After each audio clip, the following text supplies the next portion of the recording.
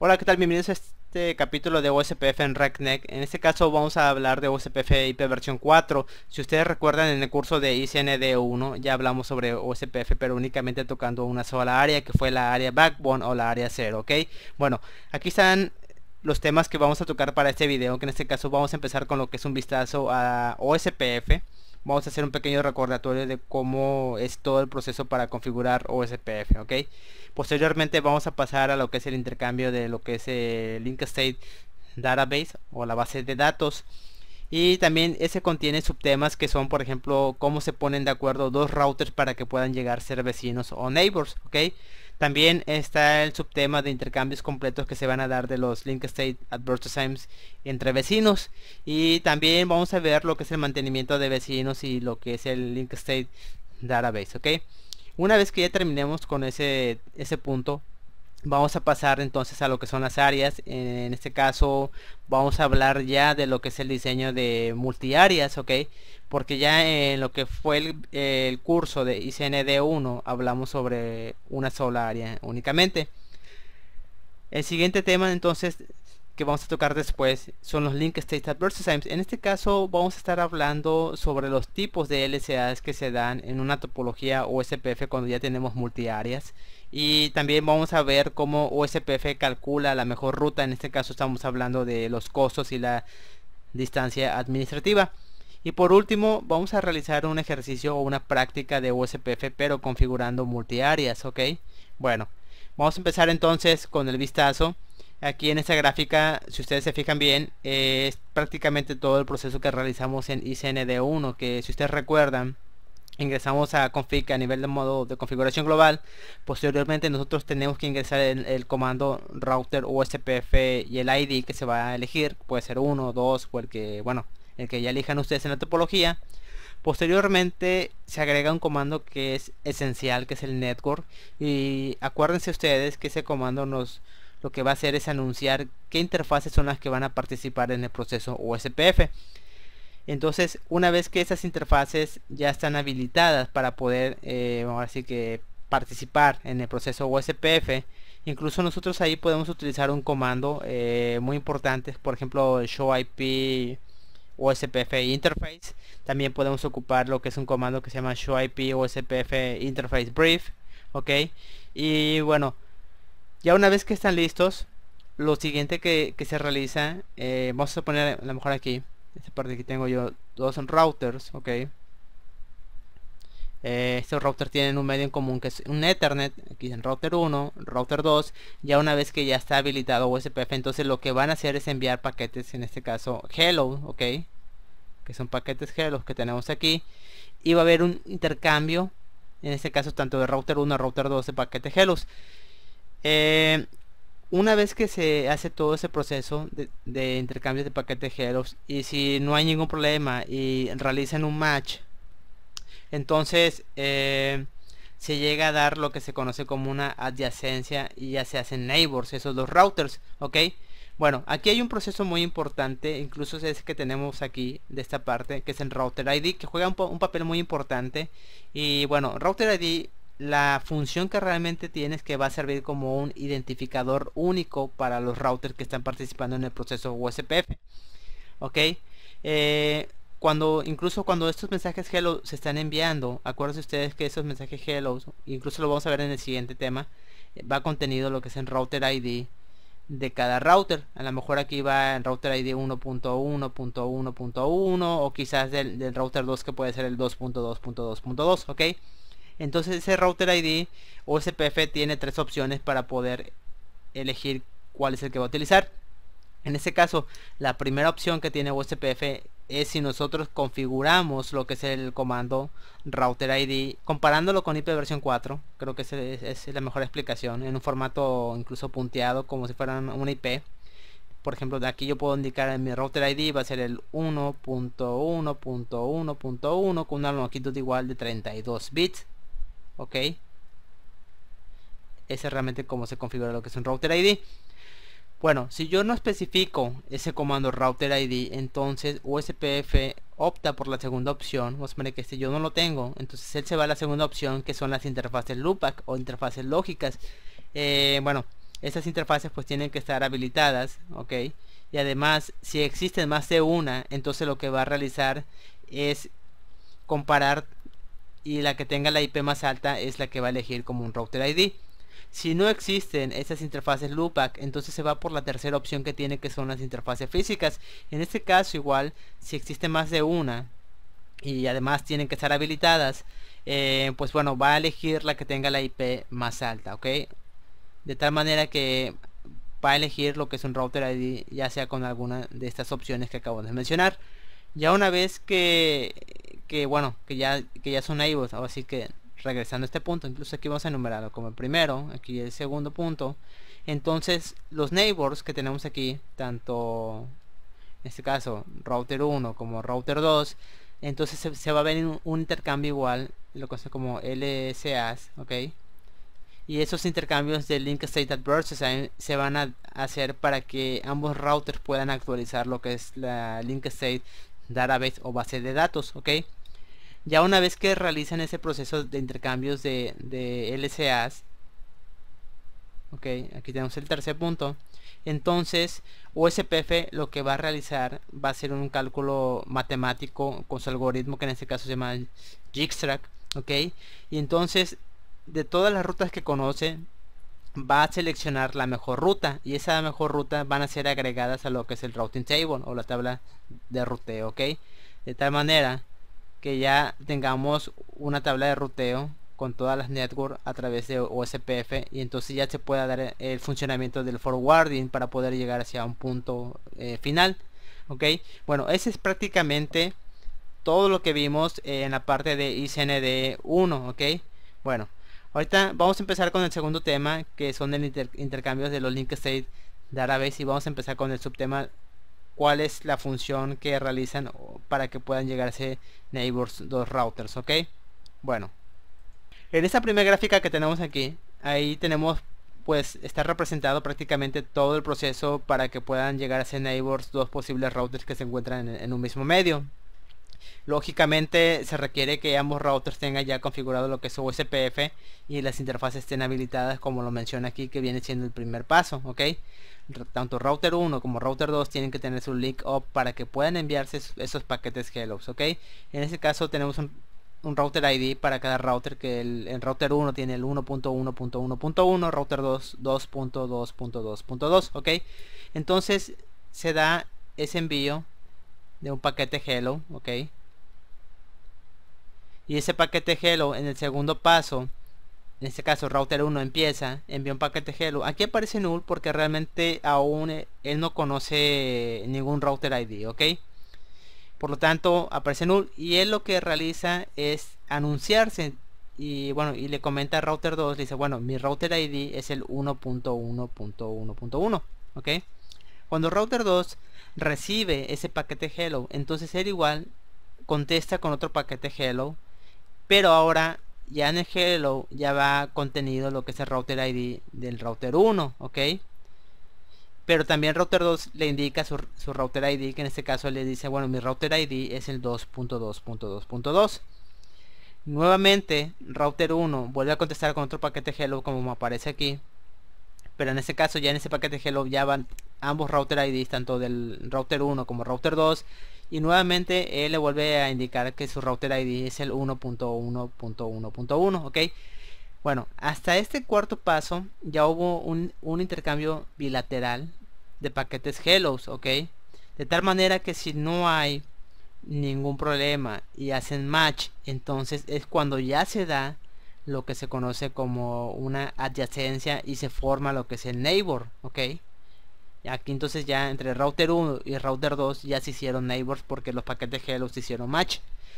Bueno, hasta este cuarto paso se le conoce a este estado como un two-way, ok. Y ahorita vamos a ver qué se refiere a ese tipo de estado, y además todo el proceso que hace falta aún porque realice OSPF.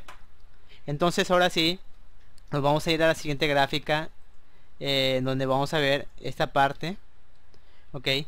Y aquí ya se va a dar el intercambio completo de los link state adverse times, ok. Bueno, ahora bien, lo que les mencioné en la gráfica anterior, que se quedó en el two-way, ese estado significa que es cuando los routers, tanto router 1 como router 2, ya se hicieron neighbors, ok, y posteriormente ya están listos ellos para poder intercambiar lo que son los LCAs, y en este caso actualizar su base de datos de link state. Okay, realmente esa es la parte fundamental. Entonces ese proceso de intercambio es el que vamos a ver ahorita, de cómo realmente se realiza. Y el primer paso que va a hacer es que cada router va a enviar, en este caso, los LCAs que están contenidos dentro de su base de datos, en este caso tanto de router 1 como router 2, ok. Y esos LCAs, bueno, hay que verlo así, un LSA, porque son varios los que se envían, vamos a verlo como que es una lista en donde vienen los checklists, ok.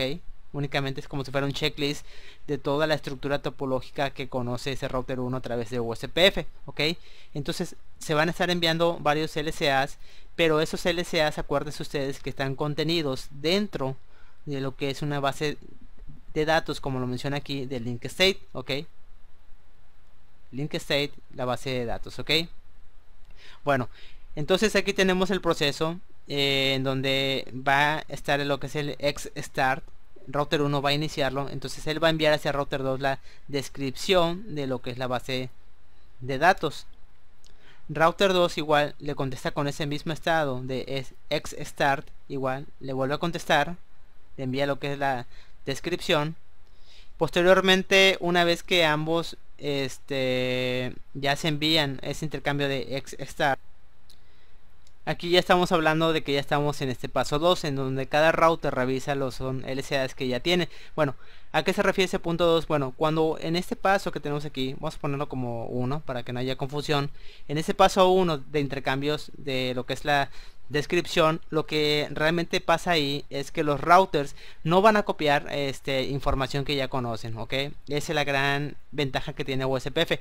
Lo que hace, por ejemplo, cuando router 1 le envía los en este caso la base de datos que él conoce, ok, de toda la estructura topológica de USPF, entonces router 2 lo que hace es que revisa esos checklists que le envió, y entonces él va a decir, ah, bueno, yo este checklist pues yo ya lo tengo, ok.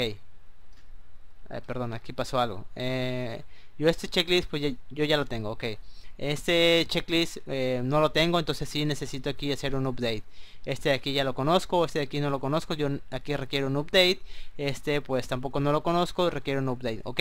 De tal manera que cuando revisa esa descripción, únicamente él va a copiar a su base de datos los que no conoce, que en este caso son los que requiere hacer un update en su link state database, ok. No va a copiar toda la información. Si ya la conoce, pues no tiene caso que la vuelva otra vez a copiar. Entonces lo que él hace es un proceso más eficiente, de tal manera que únicamente va a recibir los LCAs con información que él no conoce, ok, de la estructura topológica que para él aún no existe en su base de datos. Entonces existe este proceso o este estado que se conoce como loading, que es la carga, y esos loading realmente es cuando se van a estar enviando paquetes LCUs. Aquí es muy importante este punto, los paquetes LCUs, porque realmente son paquetes, entonces ahí es cuando se envía entre vecinos, y eso se realiza para estos paquetes LCUs, más bien dicho, son los que van a mantener la estructura de datos conocidos en este caso como LCAs. Es aquí lo que yo les mencionaba en un principio. Entonces cuando se envía realmente un LCA, como aquí yo lo mencioné, realmente estamos enviando un paquete LCU, vamos a ponerlo así como un cuadro, ok. Entonces este paquete se llama LCU, que es un link state update, y dentro de ese link state update podemos decir que van los LCAs, porque son varios los que va a estar enviando. Entonces esos LCAs únicamente van a contener, en este caso, la estructura de datos que se conoce en la base de datos de los link state, ok. Acuérdense ustedes que los LCAs van a describir la topología de lo que en este caso router 1 o router 2 conocen. Entonces realmente aquí lo que cuando estén en el proceso de loading, lo que sucede es que se envían paquetes LCUs que van a contener LCAs, que estos LCAs a su vez contienen toda la estructura, ok, de la topología, y entonces van a estar enviando varios LCUs. Ya una vez que existe ese intercambio de LCUs, ahora sí de la información que no conocen, y ya ambos routers ya están con la información completa, entonces se llega a un tercer estado, que en este caso aquí lo tenemos, que se conoce como full. Ok, entonces ya hicieron el intercambio, ya ambos routers, ya lo que es el link state database ya está completo, ya ambos conocen la misma información ahora sí.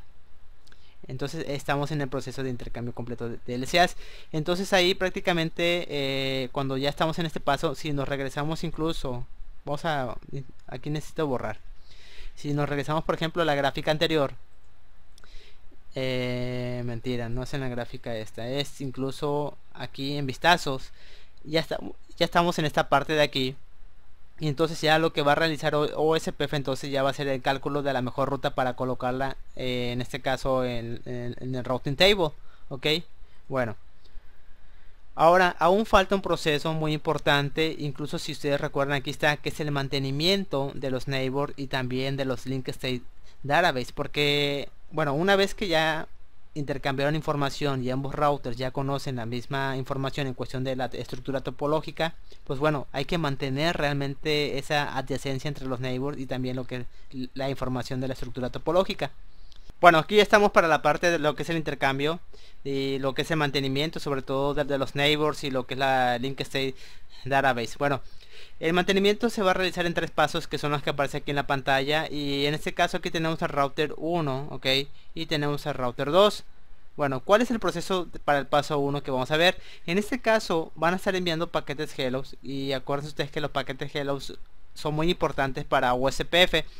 Y para monitorear, entonces en este caso router 1 va a monitorear a router 2, lo que va a hacer va a enviar paquetes hello, pero además tiene que utilizar 2 timers, que en este caso se conoce como hello interval y lo que es el dead interval. Hello interval incluso tiene valores de default para que son establecidos, por ejemplo, cuando manejamos un medio Ethernet, ok, el valor de default viene siendo de 10 segundos, ok. Cuando manejamos una red que se conoce como non-broadcast, ok, se maneja un valor de default de 30 segundos. Esos son los valores de default que maneja el hello interval.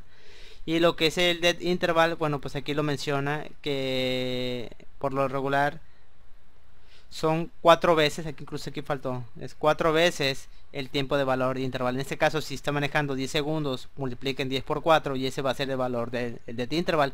Si es de 30, pues no, igual multiplíquenlo por 4 y va a ser el valor del dead interval. Ok, bueno, vamos a continuar. En este caso, el router 1 envía un paquete hello. Vamos a suponer que el router 2 no contesta ese paquete hello porque por alguna razón está caído. Pasan 10 segundos. En router 1 vuelve a intentar enviar otro paquete hello después de que pasó esos 10 segundos. No hay respuesta. Vuelve a enviar otros paquetes 10 segundos y ya pasaron 20. En este caso, vuelve a enviar un tercer paquete y ya pasaron 30 segundos. Vuelve a enviar otro cuarto paquete, entonces ya se dio lo que son los 40 segundos, que en este caso nos marca lo que es el dead interval. Y si se llega a ese tiempo, que en este caso que son 4 veces el tiempo de hello interval, bien siendo, en este caso sería 40, ok, hablando de un medio Ethernet, son de 40, entonces se va a deducir que este vecino por alguna razón está caído, ¿no? A lo mejor puede estar mal configurado, puede ser que el cable o la interfase o el medio esté mal, pero bueno, no se sabe con precisión aún, pero lo que sí sabemos es que no hay respuestas en cuestión de los paquetes hello y por lo tanto ya se da como un neighbor que está caído, ok. Entonces, si ocurre eso, OSPF es tan inteligente, realmente es un protocolo con muchas características muy importantes, y sobre todo porque si pasa esto de que ese router 2 ya no contesta, entonces él detecta que ya hay un cambio en cuestión de la topología de OSPF, ok, y es aquí en donde entra en juego cuando en este caso cuando los routers van a estar enviando LCAs a los demás vecinos para avisarles pues que el router 2 no está contestando los paquetes hello. Por lo tanto, ellos tienen que hacer una convergencia en cuestión de la topología de OSPF y van a volver a enviar esos LCAs para anunciar y que nuevamente los routers pues vuelvan a hacer cambios en cuestión de la base de datos, que en este caso viene siendo la link state database, ok, como lo menciona aquí, para que actualicen esa base de datos, ok. Una vez, vamos a poner incluso, aquí vamos a agregar a lo mejor otro router, ¿no? Para que sea más fácil, un router que sea el 3, ok. Incluso en este mismo medio, vamos a poner que a lo mejor aquí hay otro router, en este caso es el 4. Entonces cuando el router 1, por ejemplo, detecta que el router 2 por alguna razón está caído, lo que menciona el punto 2 es que se van a estar enviando, que en este caso, para hacia el router 3, se van a estar enviando los LSAs, ok, que ya sabemos que van en los LSUs, que es el Link State Update. Incluso se van a estar enviando para lo que es el router 4 los LSAs, para que se actualice lo que es la base de datos de su Link State Database de cada router, de tal manera que ya router 1, router 3 y router 4 vuelvan a actualizarla y ya contengan la información actualizada de lo que es la topología, ok. Y nuevamente cuando este router 2 se vuelva a recuperar, ok, entonces lo que va a pasar igual es otro proceso, de que va a volver otra vez a actualizarse todos los LCAs, anunciando que el router 2 ya está arriba, ya otra vez va a haber otra convergencia, ok, se vuelve a dar esa actualización de LCAs, ok. Ese es el proceso que maneja. Ahora bien, ¿qué pasa si por ejemplo no existe ningún cambio en cuestión de que la topología está bien y bueno, router 1, router 2, 3 y 4 no tiene ningún cambio?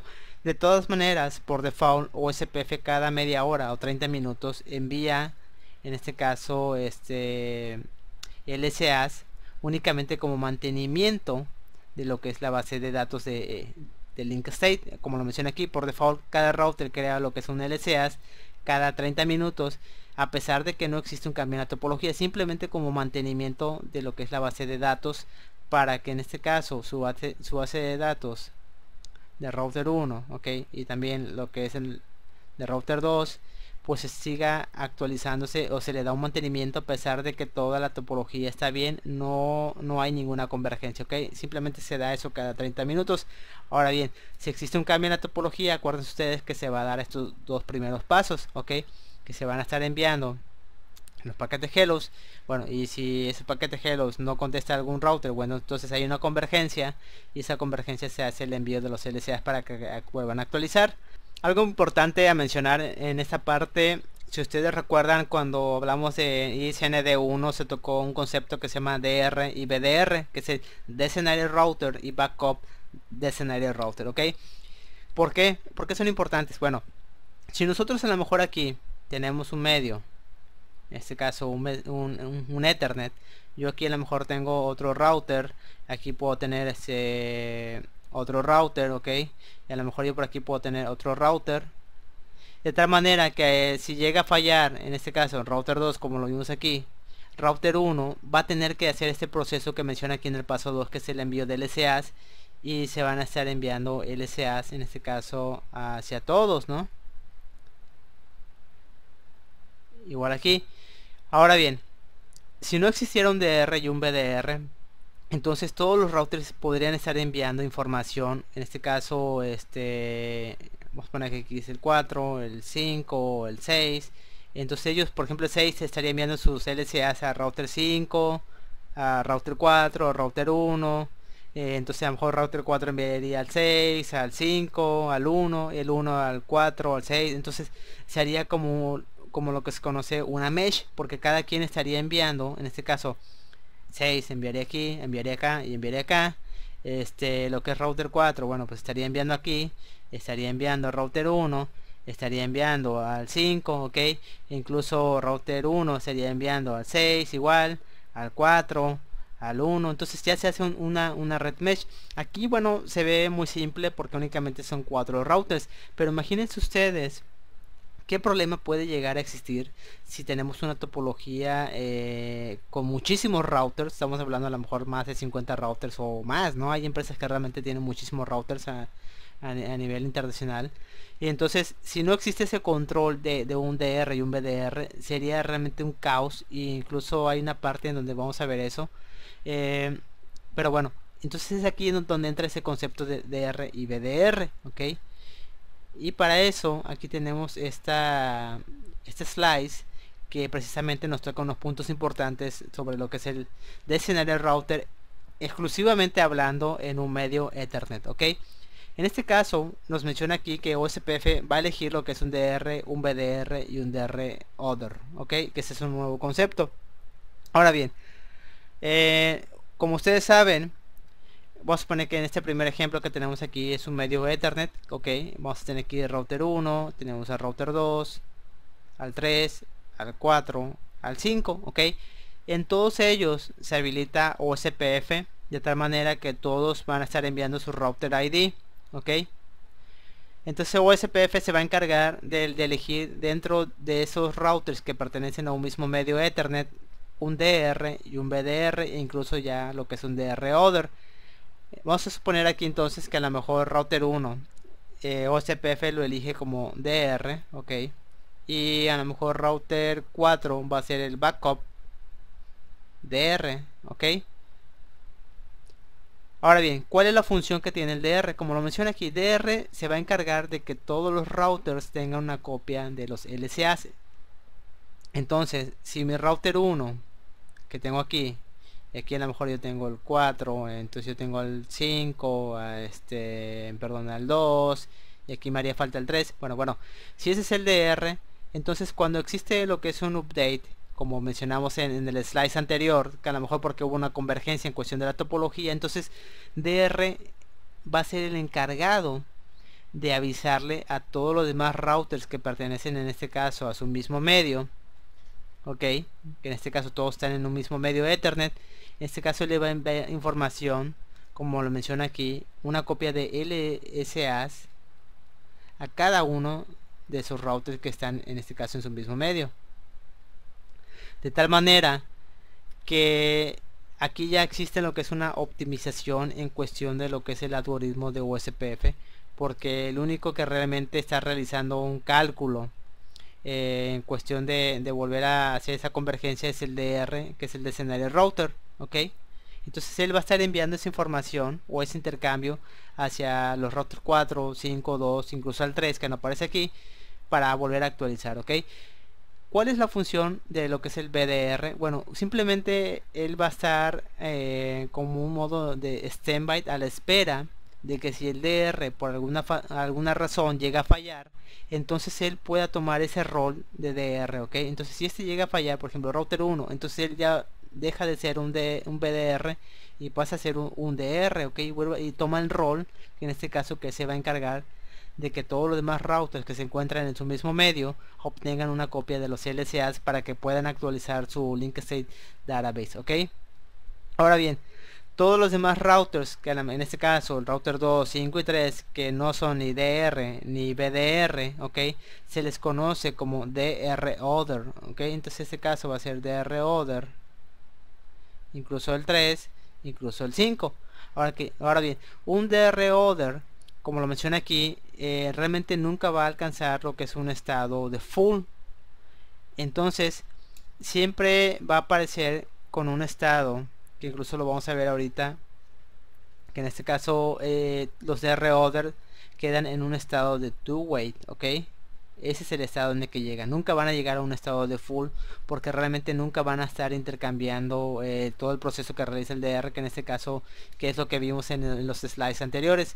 Entonces el DR, como no va a participar en esa elección, pues se queda únicamente en un estado de two-way, indicando, bueno, yo estoy listo para hacer el intercambio, pero simplemente no lo va a hacer porque es considerado un DR Other por OSPF, ok.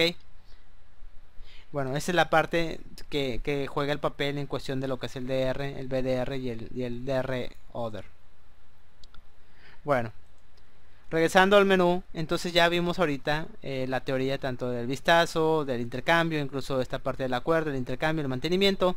Ahorita vamos a hablar un poco sobre lo que son las áreas de OSPF, un diseño en cuestión de multiáreas incluso. Incluso aquí vamos a hablar un poquito sobre las ventajas de lo que es el diseño de multiáreas. En las áreas OSPF, bueno, si ustedes recuerdan en lo que vimos ISND1, hablamos sobre el área 0 que se conoce incluso como backbone. Entonces imagínense ustedes, aquí, bueno, aquí nos hace una pregunta de qué va a suceder si por ejemplo solamente tenemos una sola área para una empresa que a lo mejor tiene más de 900 routers. Y eso es lo que les mencionaba hace un momento, que realmente puede llegar a ser un caos porque nos puede generar muchísimos problemas. En este caso aquí nos menciona unos puntos importantes, que en este caso los problemas que se pueden presentar es que, por ejemplo, al tener una sola área, pues bueno, vamos a tener una gran base de datos en cuestión de la topología. Por lo tanto, eso implica que cada router va a requerir más memoria, porque al tener 900 routers en una sola área, cuando se realiza una convergencia, entonces lo que es el algoritmo de OSPF pues va a requerir más consumo de memoria del equipo para poder procesar esa cantidad de rutas que están en la topología. Otro problema que se puede dar es el proceso del algoritmo de lo que es el short path first, que donde va a requerir más recursos. Bueno, esto va incluso ligado con el primer punto, porque va a requerir incluso memoria, pero también va a requerir, en cuestión de lo que es el CPU, va a consumir más ciclos, ¿ok?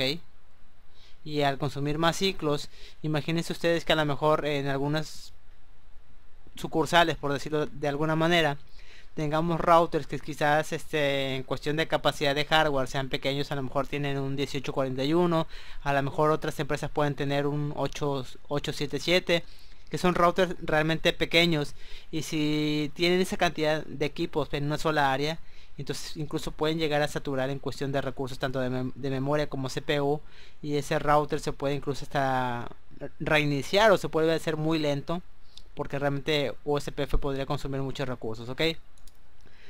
Otro gran problema que se puede presentar, por ejemplo, es cuando una interfaz va a cambiar su estatus, que es lo que les mencionaba. Cuando la topología cambia, en este caso en un esquema de 900 routers, entonces va a forzar a que cada router tenga que realizar una convergencia y tenga que actualizar su link state database, ok, y se vuelve a correr todo lo que es el algoritmo de OSPF, ok. Entonces ese realmente es uno de los problemas que existe cuando tenemos una sola área con una cantidad enorme de equipos. Ahora bien, ¿cuál es la solución que proponen?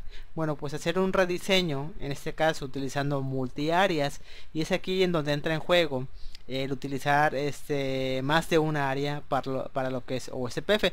Pero bueno, hay ciertas reglas que igual, o buenas prácticas que se tienen que cumplir para poder realizar un buen diseño de multiáreas.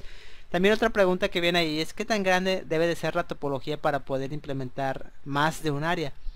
Realmente no existe una cantidad como tal.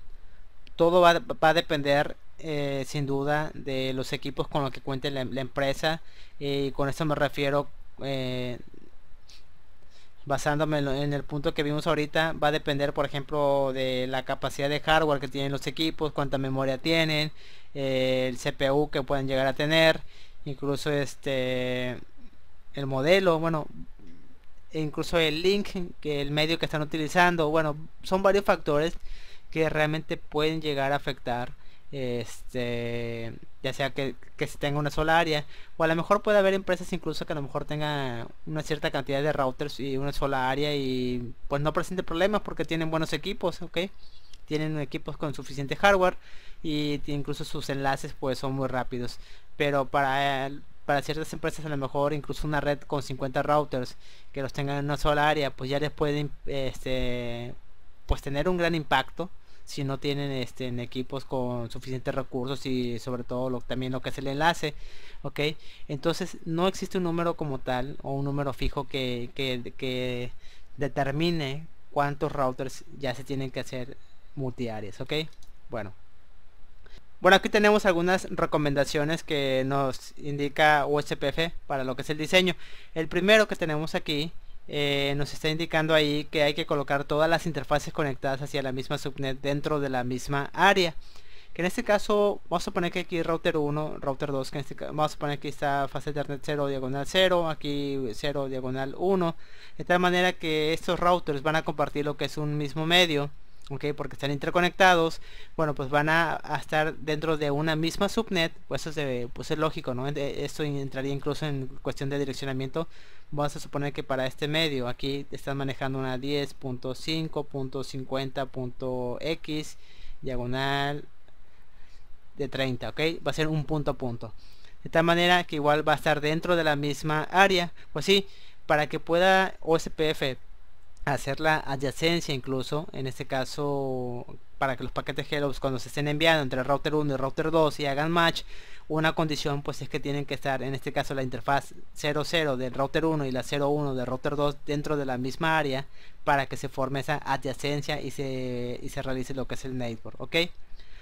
También otra recomendación nos indica que un área debe ser contigua, que en este caso aquí tengo yo router 0, debe estar por ejemplo con router 1, aquí con router 2, entonces router 0 con router 1 ya son áreas contiguas, incluso router 2 con 0 son contiguas.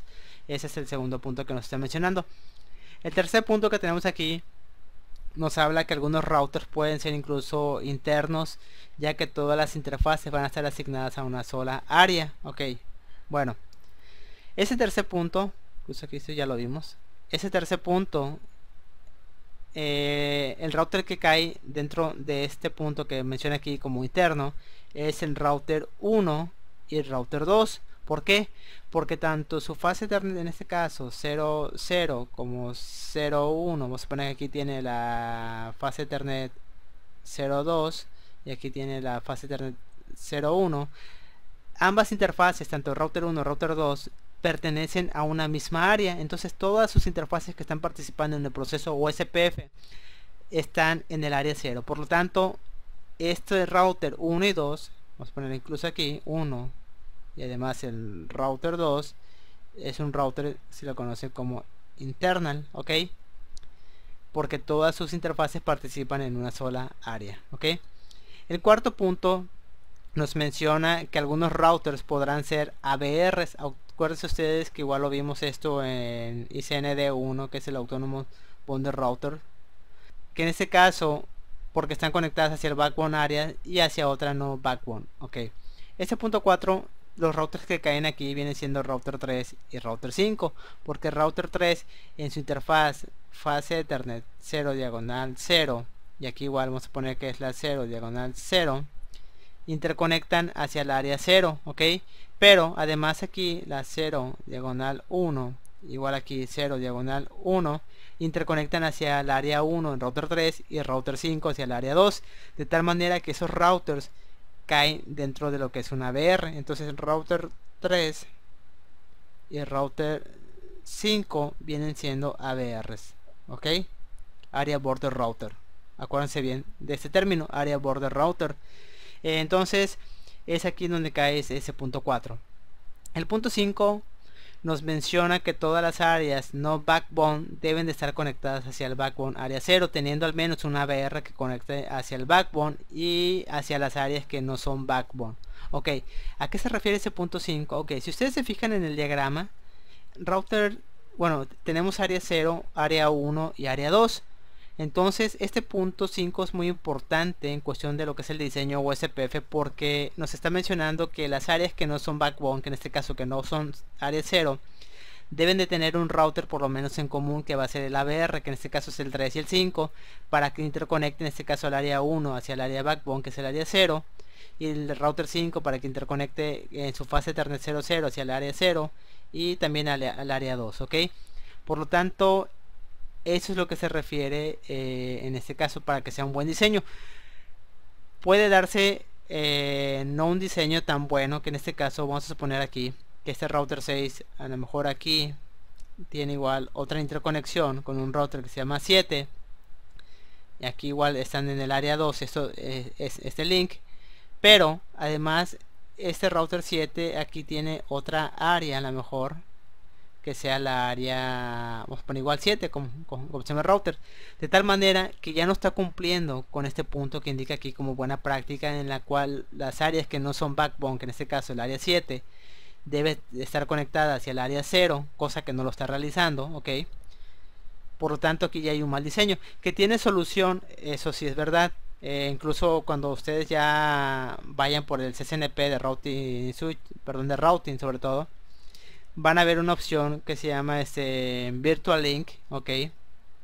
Incluso aquí lo voy a poner como Virtual Link, que mediante esta opción vamos a poder realizar esa interconexión para cumplir con este punto 5, que en este caso es como si realizáramos un, bueno, como el nombre lo indica, ¿no? Va a ser un link virtual, que en este caso entre el área 7 y el área 0 para que ya se dé la topología de manera correcta como le indica aquí el punto 5, ¿ok? Para que ya interconecte el área no backbone, que es la 7, con el área 0, ¿ok? Que se utiliza aquí un concepto o unos comandos que se llaman virtual link.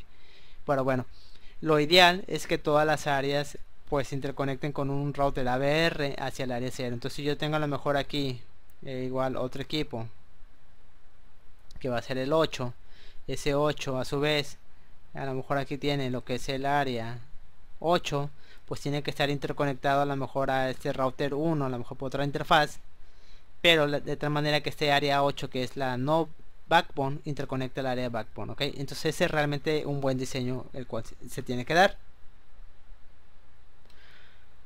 Incluso vamos a ver en unos conceptos aquí, una tabla que tengo aquí en cuestión de la terminología. Tenemos lo que es el ABR, que es el Area Border Router que vimos hace un momento, que es el router, hablando de OSPF, es un router que va a interconectar hacia el área backbone y al menos con otra área que puede ser área 1, 2, 3, bueno, la que ya se configure, ¿ok? Lo que es el router backbone, pues va a ser el router que pertenece en este caso al área 0, ¿ok? Los routers internos son aquellos routers en el que todas sus interfaces que están participando en OSPF pertenecen a una sola área. No es exclusivo de área 0, ¿ok? Puede ser que a lo mejor que tenga yo un equipo que pertenece a que todas sus interfaces, a lo mejor aquí pone que router 1, tengo aquí que su interfaz en 00, incluso aquí la 01, todas pertenezcan a lo mejor al área 5, por ejemplo, ¿no? Entonces cae dentro de lo que es el interno porque todas sus interfaces que participan en OSPF pertenecen a una misma área, que en este caso viene siendo la 5, ¿ok? Eso es lo que se refiere el internal router. Bueno, pues ¿qué es una área? Pues viene siendo un conjunto de routers y de links que van a compartir la misma información en cuestión de lo que es el link state database, ¿ok? Pero no con otras áreas, ¿ok? Lo que es el área backbone, pues bueno, ya sabemos que es una área especial que incluso es la área 0, que es la que se conoce así. Lo que es intra-área routers, esos conceptos son importantes, tanto intra-área como el inter-área. Intra-área pues se refiere a las rutas aprendidas en una misma área. Y lo que son inter-área router se refiere a rutas que son aprendidas desde un área diferente, ¿ok? Entonces esa tabla yo sí se les recomiendo que la impriman o la copien en alguna hoja, ¿ok? Para que la tengan y la estudien. Vamos a último punto, cuáles son las ventajas de, por ejemplo, de realizar un diseño de multiáreas.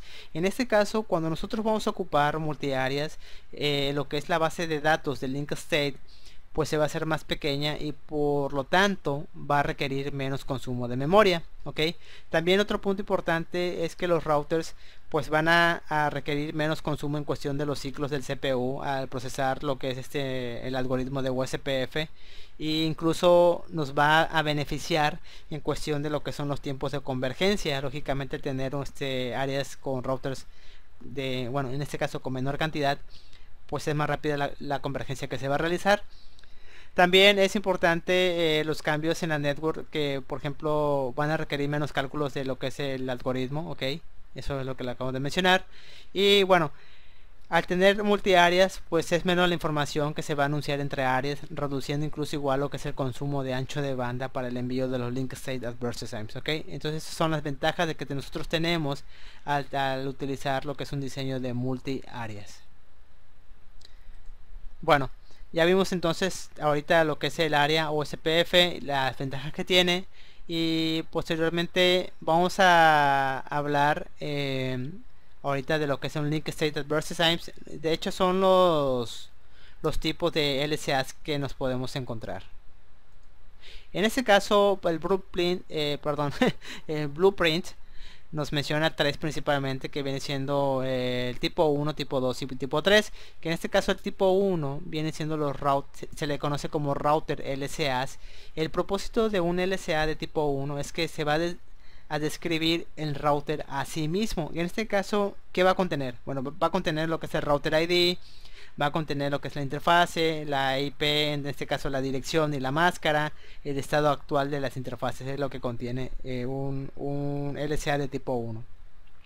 Un LSA de tipo 2 se le conoce como network, ok, y su propósito aquí viene siendo describir la network que tiene un DR. En este caso, lo que va a contener en los LSAs de tipo 2 va a ser únicamente los routers que son DR y BDR, y bueno, y lógicamente va a contener lo que es la dirección IP, la subnet ID, incluso la máscara, ok. Hablando de lo que es el tipo 3 o summary, el propósito de una LSA de tipo 3 es describir la subnet de otras áreas, ok. En ese caso, aquí incluso entran, como aquí lo menciona, contiene lo que es el subnet ID, la máscara, el router ID de la ABR que anuncia los LSAs. Incluso aquí algo muy importante en cuestión del tipo 3, esta información los va a dar el ABR, ok, los Area Border Router los va a dar. También hay otras que existen que no aparecen aquí, que viene siendo de tipo 4 y tipo 5, ok. Incluso aquí lo voy a poner, por ejemplo, un LSA de tipo 4, en este caso se va a dar por los routers que se conoce como ASBR, que son Autonomous System Boundary Router. Y bueno, la información que van a tener estos LSAs de tipo 4 es muy similar, en este caso el propósito que realiza de tipo 1, porque se van a describir a sí mismos los ASBRs, ok. Y lo que es el LSA de tipo 5, igual en este caso de tipo 5 lo que va a tener es información de las rutas externas, en este caso de que aprende, en este caso son rutas externas aprendidas de otros protocolos de ruteos que no son OSPF. Acuérdense ustedes que un router ASBR, voy a poner aquí un ASBR, a lo mejor está aquí en este lado tenemos OSPF corriendo y a lo mejor aquí tenemos RIP, ok, de tal manera que este router, cuando se hace la redistribución de rutas de RIP hacia OSPF y de OSPF hacia RIP, entonces se le conoce como ASBR a este router. Entonces estos LSAs de tipo 5 pues van a contener las rutas que son aprendidas, en este caso del protocolo RIP, que está anunciando hacia OSPF, ok. Eso nada más como información extra. Incluso hay otro tipo, tipo 7, pero bueno, eso no tiene caso ahorita que se lo mencione, ya ustedes la conocerán para cuando vayan por el CCNP. Bueno, también hay otro punto aquí que viene siendo los LSAs en múltiples áreas, ok. Vamos a hablar un poquito igual de esto. Bueno, para lo que es el LSA en múltiples áreas hay unos puntos importantes que vamos a incluso ver ahorita. Por ejemplo, aquí nos menciona que cada área tiene un pequeño número de routers y de network LSAs. Bueno, vamos a seguir este diagrama que tenemos aquí. Vamos a suponer que todo lo que es de aquí que tenemos hasta lo que es esta parte de aquí va a ser el área, en este caso vamos a poner área 50, ok. Y aquí voy a tener otra área, okay, que en este caso viene teniendo toda esta parte de aquí, va a ser el área 51, y además voy a tener otra área que es esta parte de aquí, que esta área la vamos a llamar como área 0 para que sea la backbone, ok. De tal manera que el primer punto que nos menciona aquí es que cada área tiene un número pequeño de routers y de network LSAs. Bueno, pues como lo mencionamos aquí ya tenemos, son 3 áreas, y en este caso, bueno, aquí es fácil, ¿no? Porque únicamente son router 1, 2 y 3, pero imaginemos que tenemos una topología mucho más grande. Pues bueno, aún así cuando utilizamos multiáreas como lo que vimos anteriormente, pues se reduce el tamaño de routers en cada área. El segundo punto igual nos menciona que el ABR tiene copia de lo que es la base de datos del link state para cada área en la que está conectada. En este caso, en router 1 va a ser la función del área border router, ok. Por lo tanto, este router 1 va a tener una copia de la base de datos tanto del área 0, el área 50 y el área 51, ok, que es el ABR. Por eso es muy importante este tipo de routers que interconecta entre el área 0 y otra área no backbone. El tercer punto incluso nos menciona que el ABR tiene lo que es un link state de cada router de cada área. Bueno, pues sí, es lógico, porque entonces en este caso router 2 le va a enviar en este caso a router 1, ok, lo que es el LSAs. Incluso router 3 a router 1 igual le va a estar enviando los LSAs. Y también, bueno, en este caso, si aquí existiera otro router, bueno, le estaría enviando lo que son los LSAs hacia router 1, que viene siendo el ABR. ¿Y por qué es importante eso? Bueno, porque el router 1, como es el ABR o también conocido como Area Border Router, él va a ser, bueno, en cuestión de los LSAs, él va a contener lo que se conoce como summary o de tipo 3. Y acuérdense ustedes que ese tipo de LSAs de tipo 3 pues va a contener una descripción de todas las subnets de todas las áreas, en este caso tanto del área 0, el área 51 y el área 0, ¿ok? Entonces, por ejemplo, cuando va a anunciar hacia al área 0, lo que es en este caso de tipo 3, pues bueno, va a poner por ejemplo toda la información del área 0 y del área 51. Para el área 51, bueno, pues estaría anunciando toda la información del área 50 y del área 0. Y para el área 0, este router 1, que es el ABR, estaría anunciando por ejemplo las networks del área 50 y del área 51, que es así como funciona lo que es un ABR. Entonces, para la práctica incluso vamos a hacer una topología donde manejemos lo que es un ABR, ¿ok? Bueno, por último nos hace falta un tema que viene siendo lo que es el cálculo de la mejor ruta OSPF, en este caso hablando de costos y lo que es la distancia administrativa. Bueno, esto es muy importante conocerlo, porque OSPF cuando realiza en este caso lo que es el proceso matemático con su algoritmo, él lo que hace para llegar a un punto, en este caso del router A hacia el router G, y quiere llegar, pero nosotros tenemos esta topología, entonces OSPF tiene que encontrar qué ruta es la más óptima y cuál es la mejor de acuerdo al costo, ok, para que pueda llegar hacia el router G. En este caso son tres caminos, en este caso se puede ir por el B, C o D.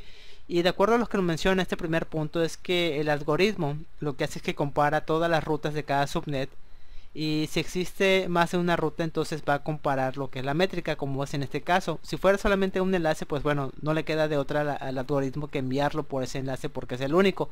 Pero en este caso que existen tres opciones, pues bueno, tiene que hacer esa comparación entre todas las rutas. Y en este caso la métrica viene siendo el costo, ¿ok?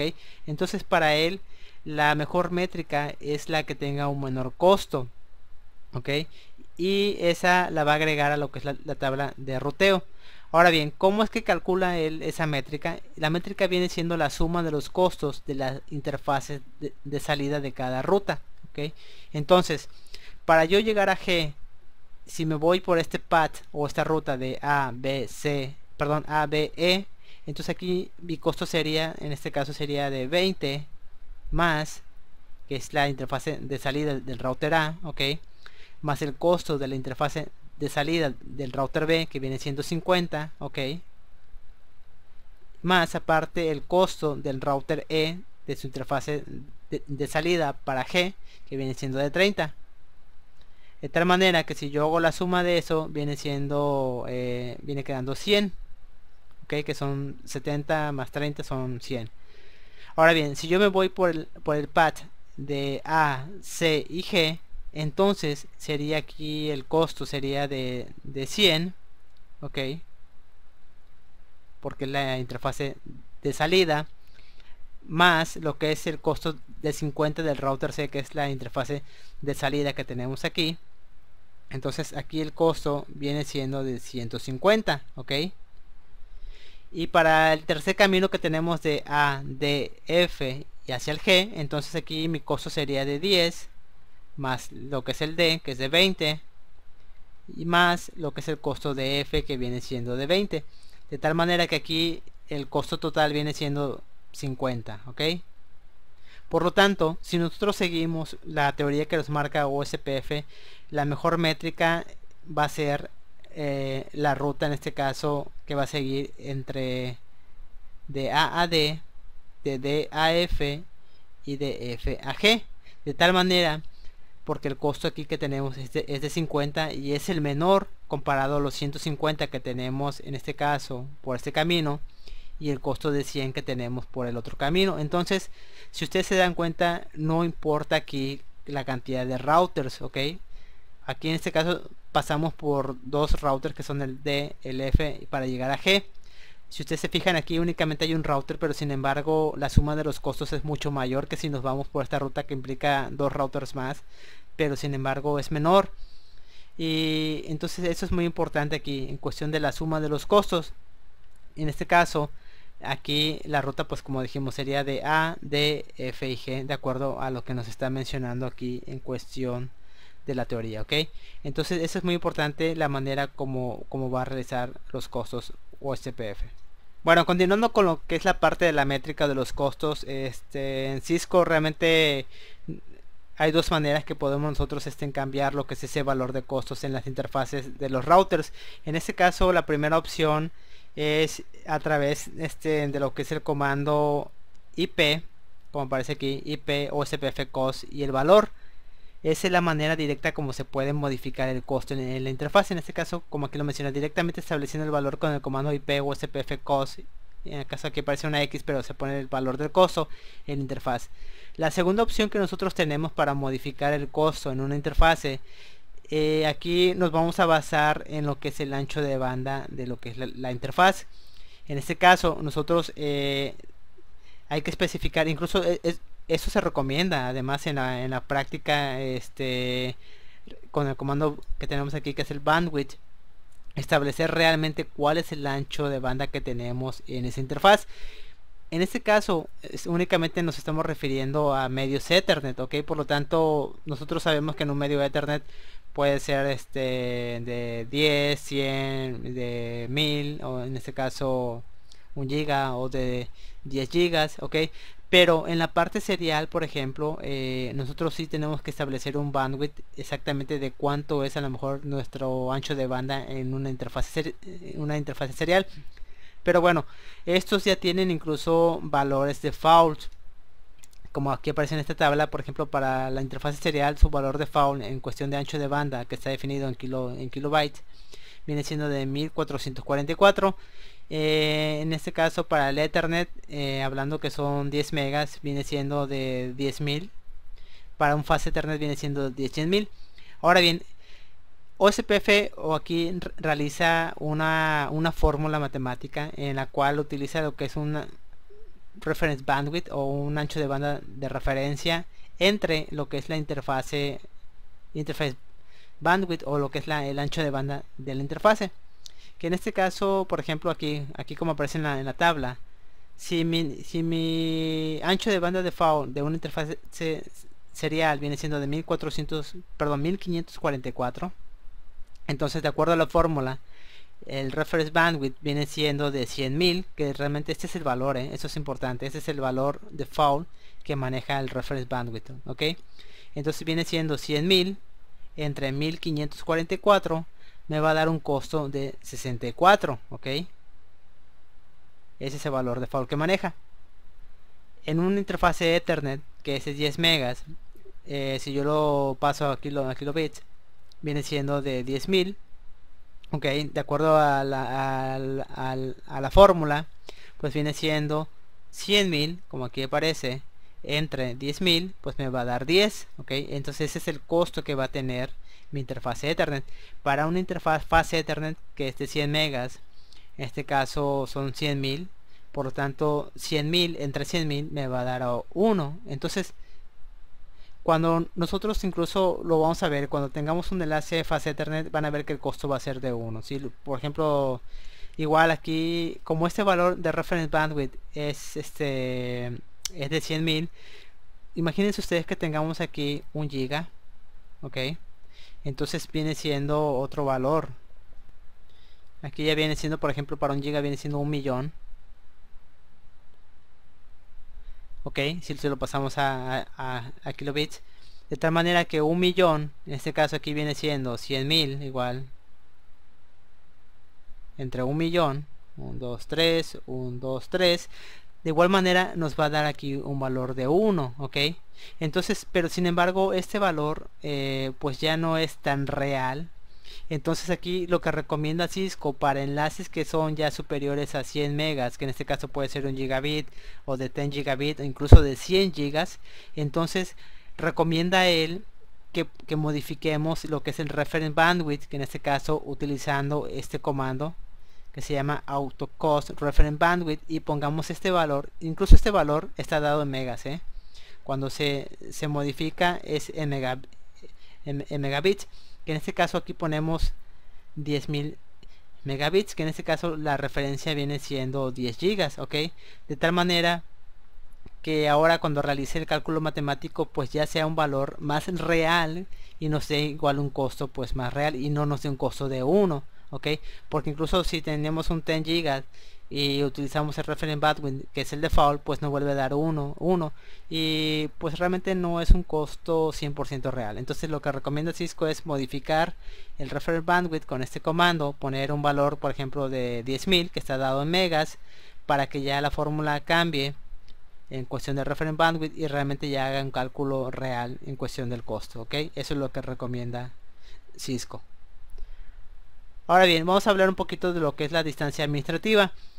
¿Qué es una distancia administrativa? Bueno, OSPF realmente debe, como ahí lo menciona, debe de elegir lo que es la mejor ruta hacia cada subnet, pero imagínense ustedes que en el router a lo mejor igual existen otros protocolos de ruteo dinámico. También tenemos las rutas en estáticas, lo que son las interfaces conectadas.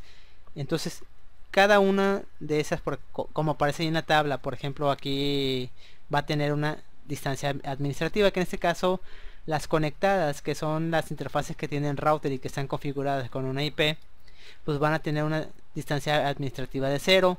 Las rutas estáticas que yo configure para mi tabla de ruteo pues van a tener una distancia administrativa de 1. Por ejemplo, si yo tengo BGP en rutas externas de 20 e IGRP para rutas internas 90, bueno, así sucesivamente para esta tabla tiene un valor. Entonces lo que va a realizar en este caso, vamos a suponer que a lo mejor yo tengo un router, que en ese router yo quiero llegar a una por ejemplo la network, ¿no? .168.1.0 diagonal 24. A lo mejor esta network realmente yo la tengo configurada en mi fase Ethernet 0 diagonal 0, de tal manera que OSPF va a detectar que esa network yo la conozco a través de una ruta conectada. Por lo tanto, en mi tabla de ruteo se va a poner como una ruta conectada con un valor de distancia administrativo de 0, ok. Entonces aquí, por ejemplo, OSPF, las rutas que él conoce a través de su algoritmo, pues le va a poner una distancia administrativa de 110, ok. Igual a lo mejor si yo tengo configurado un protocolo de ruteo, a lo mejor EIGRP, y entonces el iOS los va a poner como una distancia administrativa de 90. Ahora bien, ¿qué sucede por ejemplo si yo conozco una ruta? Vamos a suponer que yo la conozco a través de IGRP pero también de OSPF. ¿Cuál es la que va a aparecer en mi tabla de ruteo? En este caso va a aparecer la que tenga la distancia administrativa menor, va a ser la mejor. En este caso, si yo tengo una ruta en IGRP y de OSPF para llegar, vamos a poner a una 172.16.16.x diagonal 24, y yo la conozco por EIGRP y también por OSPF, entonces el iOS va a agregar a la tabla de ruteo la ruta de EIGRP porque tiene una distancia administrativa menor a lo que es OSPF. Caso contrario, por ejemplo, si yo una ruta, por ejemplo 172.16.15.24, que a lo mejor esta yo la conozco por RIP y también la conozco por OSPF, en este caso el iOS va a ingresar a la tabla de ruteo la de OSPF porque tiene una distancia administrativa menor a RIP, ok, que es de 120. Entonces es así como se maneja lo que es la tabla de ruteo. Entonces es muy importante incluso que esta tabla ustedes la impriman igual, la copien y sobre todo que se la memoricen, porque tanto les va a servir para el examen y también para ya cuando ya estén en la práctica real. Créanme que les va a ayudar muchísimo esa tabla. Pues bueno, Pues prácticamente eso es todo lo que vamos a ver en cuestión de la teoría de USPF para IP versión 4. Eh, Únicamente nos hace falta ver la parte de lo que es la práctica, que lo vamos a ver en una segunda parte. Yo espero que toda la información que se vio les sea de gran utilidad y solamente me queda el desearles muchos éxitos en sus estudios.